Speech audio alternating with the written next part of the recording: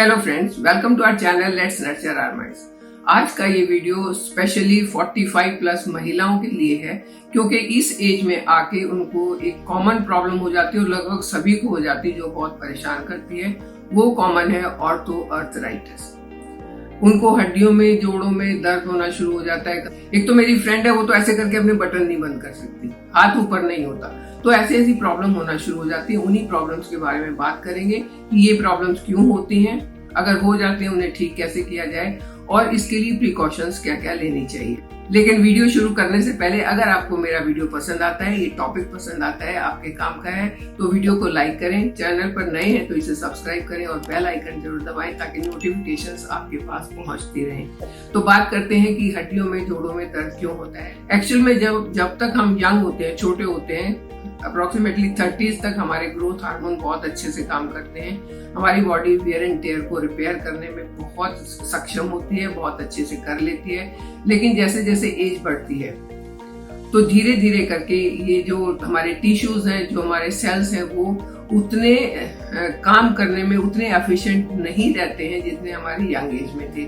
ऐसी बात नहीं है कि घुटनों के, जोड़ों के दर्द की समस्या सिर्फ महिलाओं की है, ये पुरुषों की भी है। लेकिन देखा गया है कि 45 की एज से पहले पुरुषों में ऑर्थोआर्थराइटिस की समस्या ज्यादा होने के चांसेस हैं, लेकिन लेडीज में 45 के बाद बहुत ज्यादा संख्या में महिलाओं को ये समस्या हो रही है और इसका सामना उनको करना पड़ रहा है। इसके दो मेन कारण हैं। जो एक्टिविटीज आपकी यंग एज में थी, खूब भागने दौड़ने की, खूब एक्टिविटीज करने की, वॉक करने की, वो शायद अब नहीं रही है या आपने धीरे धीरे करके किसी कारण से उसको छोड़ दिया है। तो उसके कारण धीरे धीरे करके आपके जॉइंट स्टिफ हो गए हैं, उनमें इन्फ्लेमेशन हो गया। एक तो ये कारण हो सकता है। दूसरा कारण ये है कि एज के साथ साथ हमारे जॉइंट्स के अंदर जो टिश्यूज एक कुशनिंग का काम करते हैं वो कमजोर हो जाते हैं, घिस जाते हैं और कई बार तो वो बिल्कुल खत्म भी हो जाते हैं। अगर बिल्कुल खत्म हो जाए तब तो समस्या और भी बढ़ जाती है कि हड्डियां आपस में टकराने लगती हैं और उसमें दर्द बहुत ज्यादा होना शुरू हो जाता है। लेकिन अगर कुशनिंग कम हो जाए तब भी ये समस्या स्टार्ट हो जाती है।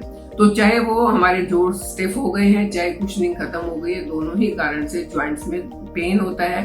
अगर कभी भी हल्का सा भी पेन लगता है, तुरंत उसके लिए एक्शन लेना चाहिए।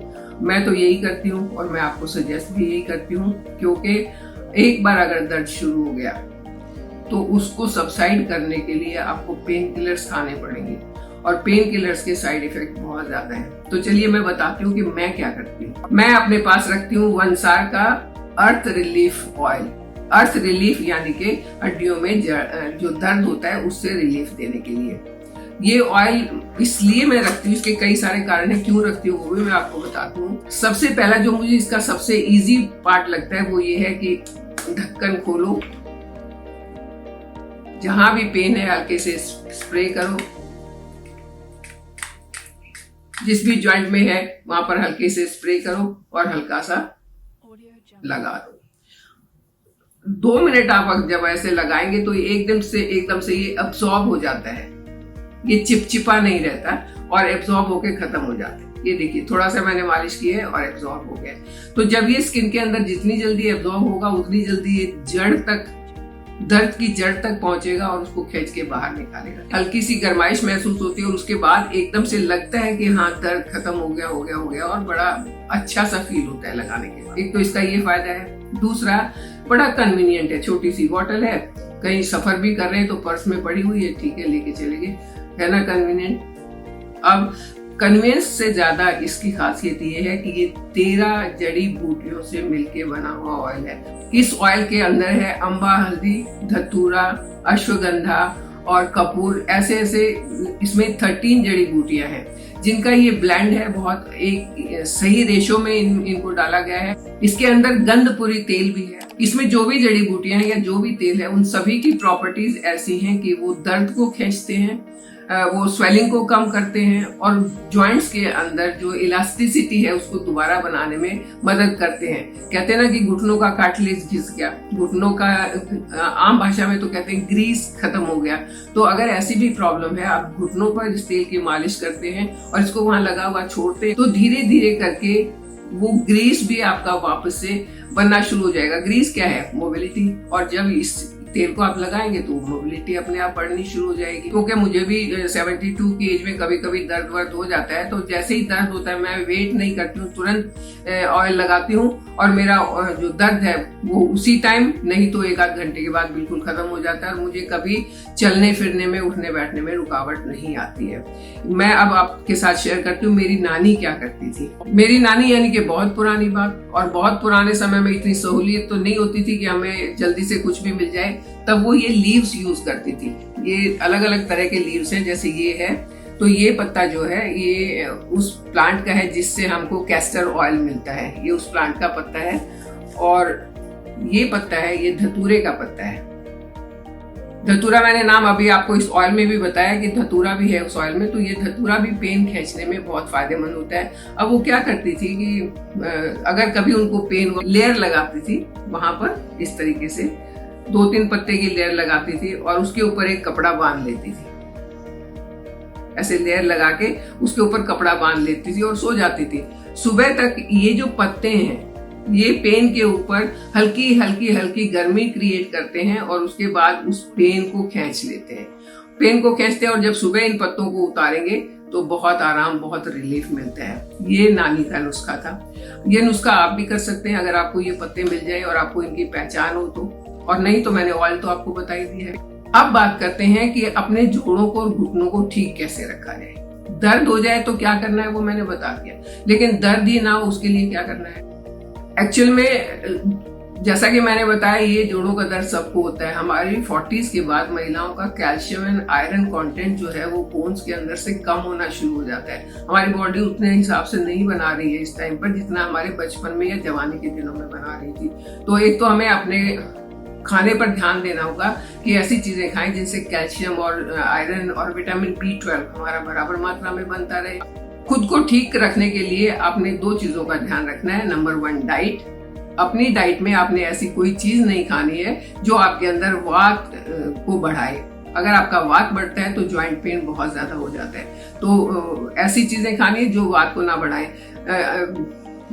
जैसे आप अगर आयुर्वेद डॉक्टर के पास भी जाएंगे तो वो राजमा वगैरह ऐसी ऐसी चीजों को बंद कर देता है, आम का अचार ऐसी चीजों को बंद कर देता है। तो आपको अपने खाने में खुद ही ध्यान रखना चाहिए कि ऐसी चीजें ना खाएं। और नंबर 2 जो मोस्ट इम्पॉर्टेंट है वो है कि अपनी फिजिकल एक्टिविटीज को कम नहीं होने दें। 45 के बाद अक्सर लेडीज की फिजिकल एक्टिविटीज जो अपने लिए उन्होंने करनी है वो कम हो जाती है, क्योंकि वो घर के काम में बहुत ज्यादा बिजी हो जाती हैं, वो बच्चों के काम में बहुत ज्यादा बिजी हो जाती हैं और इतनी थक जाती हैं कि अपने लिए कुछ करने का टाइम नहीं बचता। ऐसी गलती आप कभी भी ना करें। आप हमेशा अपने लिए आधा घंटा 45 मिनट बचा के रखें, जिसमें आप अपने लिए काम कर रहे हैं, चाहे वो आप मेडिटेशन करें, चाहे वो एक्सरसाइज करें, चाहे वो वॉक करें, जॉगिंग करें, स्कीपिंग करें, जो कर सकते हैं करें, लेकिन अपने आप को फिट रखें।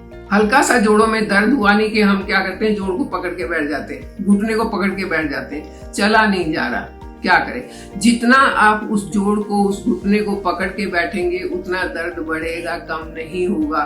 करना ये चाहिए कि अगर आपको घुटने में भी दर्द हुआ है तो आप अपने धीरे चलें, लेकिन चलते रहें, घुटने की एक्सरसाइज करें। कईयों के हाथ नहीं उठते ऊपर, तो कंधे में दर्द हो रहा है, गर्दन में दर्द हो रहा है, चाहे आपके कहीं भी दर्द है, उस पार्ट की मोबिलिटी, उसकी एक्टिविटीज को कभी भी बंद नहीं करें। अगर आपके हाथों में दर्द है, हाथ उठाना, घुमाना, ये सब एक्सरसाइज आपको करते रहना चाहिए।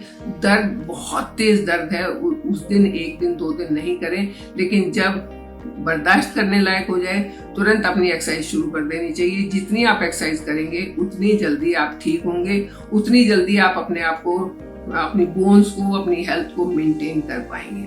इसके साथ साथ, क्योंकि आजकल लोगों ने घी खाना बिल्कुल बंद कर दिया है, घी मिलता ही नहीं है पहली बात तो मैं अपने चैनल पर बहुत सारी ऐसी रेसिपी शेयर कर चुकी हूँ जो आपकी बोन हेल्थ के लिए बहुत फायदेमंद है। मैं उनके लिंक डिस्क्रिप्शन बॉक्स में दे दूंगी, आप वहां से देख सकते हैं। वो रेमेडीज आप बना सकते हैं। आप सीड्स खा सकते हैं, ओमेगा 3, ओमेगा 6 फैटी एसिड्स आपके लिए बहुत जरूरी हैं। वो आपकी बॉडी के अंदर, आपकी बोन्स के अंदर इलास्टिसिटी को मेंटेन रखेंगी, उनमें जो एक लचक होनी चाहिए उसको मेंटेन रखेंगी, उसको स्टिफ नहीं होने देंगी। अगर स्टिफ नहीं होगी तो दर्द नहीं हो। अगर आप इन छोटी छोटी चीजों का ध्यान रखते हैं और अपने पास ये पेन रिलीफ ऑयल जो है अपने पास रखते हैं, इसकी मसाज करते हैं, तो आपको दर्द से दुखी होने की, दर्द से परेशान होने की कोई जरूरत ही नहीं रहती है। पेन किलर आप खाएंगे अंदर जाके वो नुकसान करेगी, लेकिन ये पेन रिलीफ जो ऑयल है ये ऊपर से लगेगा और स्किन के अंदर सीप इन होके अंदर जाके आपकी बोन्स को ठीक करेगा, उनकी स्टिफनेस को ठीक करेगा, उनकी इन्फ्लेमेशन को ठीक करेगा और दर्द को खींच के बाहर निकालेगा।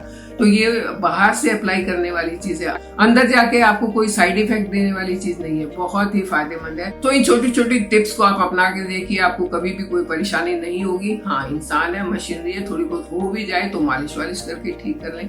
मेरे साथ बने रहें, चैनल को सब्सक्राइब करें। Thank you.